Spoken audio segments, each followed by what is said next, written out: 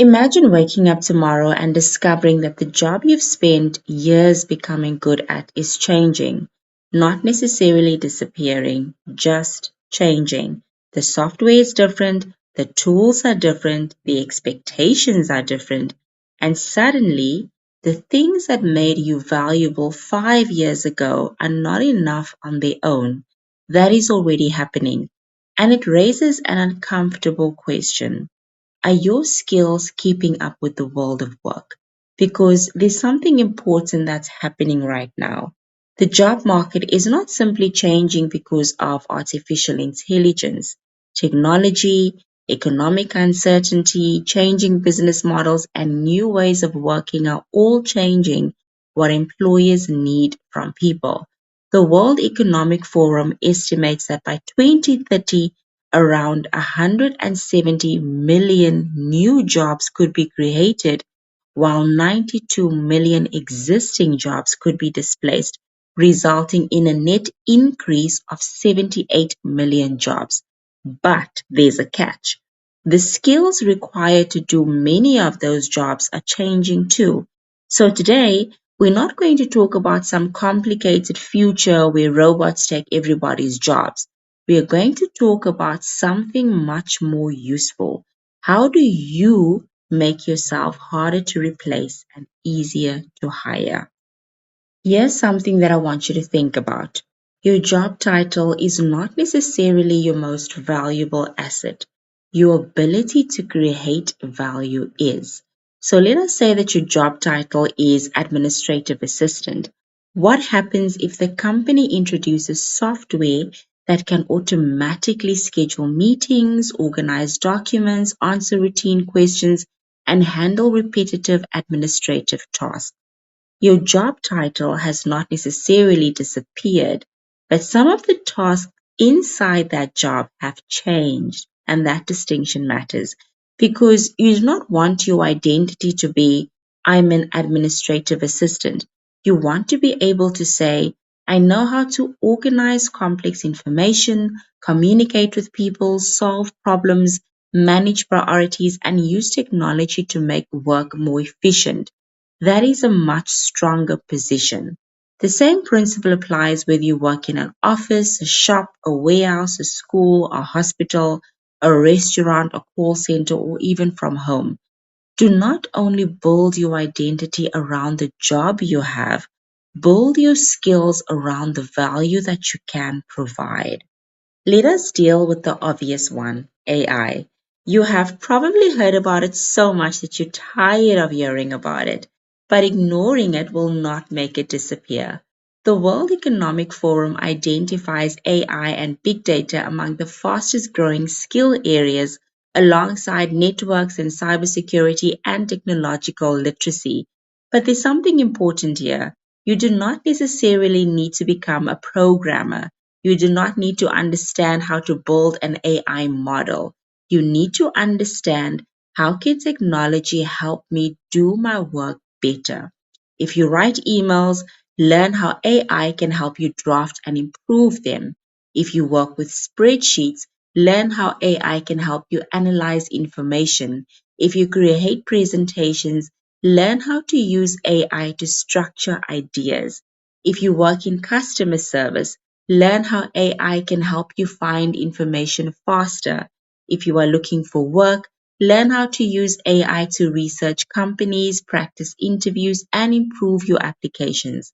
The goal is not AI will do my job. The goal is I know how to use the tools that make me better at my job. That is a very different mindset. Here's the interesting part. Technology skills are becoming more important, but human skills are not becoming useless.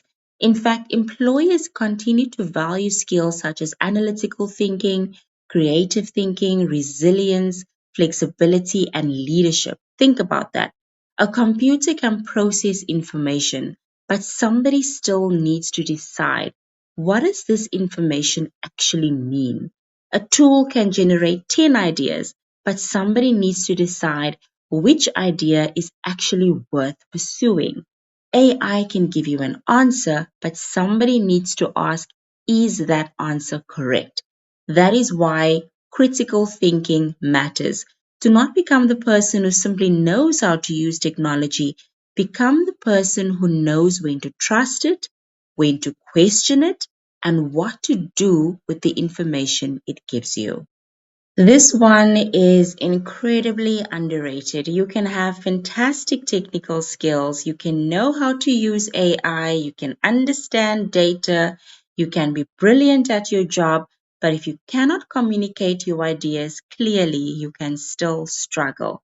Think about how often people misunderstand emails, how often meetings go nowhere because nobody explains the problem properly, how often good ideas are ignored because the person presenting them cannot communicate why they matter. Communication is not about using complicated words. Actually, it is almost the opposite. It is about taking something complicated and making it understandable.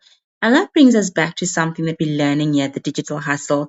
Being valuable is not only about what you know, it is also about how effectively you can transfer what you know to another person. Now let us talk about something uncomfortable. You might have spent years becoming very good at something, and now the world is changing around you. That can feel unfair, but there's a better way to look at it. Instead of asking, how do I make sure nothing changes? Ask the question, how quickly can I learn when something actually changes? That is adaptability, and it is becoming increasingly important. The World Economic Forum lists resilience, flexibility, and agility among the skills expected to rise in importance. Think about it. If your industry changes, can you learn? If your company introduces new software, can you adapt? If your job changes, can you transfer your existing skills into a new role? If an opportunity appears that you've never considered before, are you willing to learn what is required? You do not need to know everything. You need to become comfortable with not knowing something yet. This is probably the question somebody watching this video is asking. You might be asking, okay, but I'm already behind. What now? Maybe you've not learned AI. Maybe your computer skills are weak. Maybe you've been doing the same job for the past 10 years. Maybe you cannot even afford expensive courses. Maybe you're already exhausted after work. I can relate to that. So what are you supposed to do? Here's what I would suggest.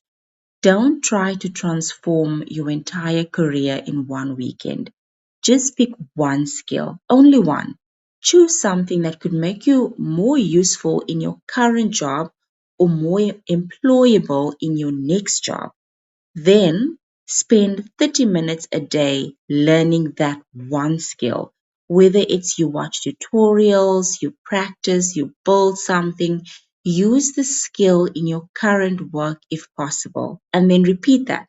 Because there's a huge difference between when you say, I should learn more skills, or when you say to yourself, for the next 30 days, I'm going to learn just this one skill. The second one or the second option is actually actionable. It is something that you can do. And here's where I want you to think differently. You do not necessarily need to become the world's greatest expert at one thing. You can become extremely valuable by combining several useful abilities. For example, communication and AI can make you a much more effective communicator. Data and business knowledge can help you make better decisions. Design and marketing can make you valuable to a business trying to attract customers.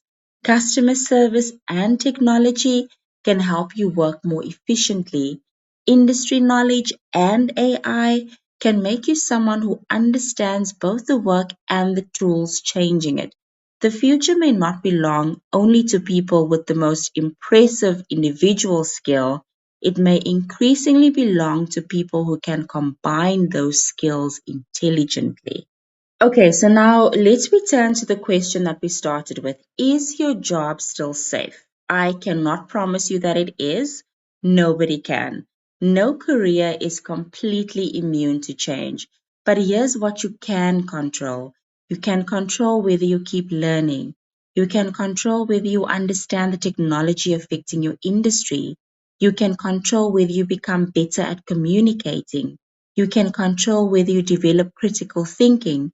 You can control whether you become more adaptable. And most importantly, you can control whether you continue becoming more valuable.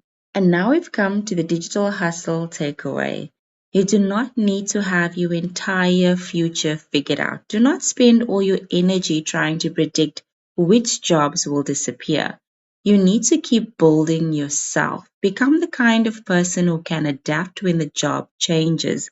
Because the goal is not to find a career that never changes.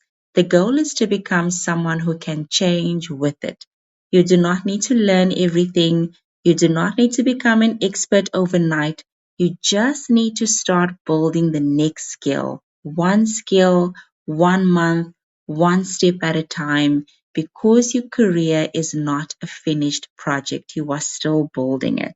So if you're trying to build a better career, learn valuable skills, find new opportunities, or simply stay ahead in a rapidly changing world, you are in the right place. This is the digital hustle.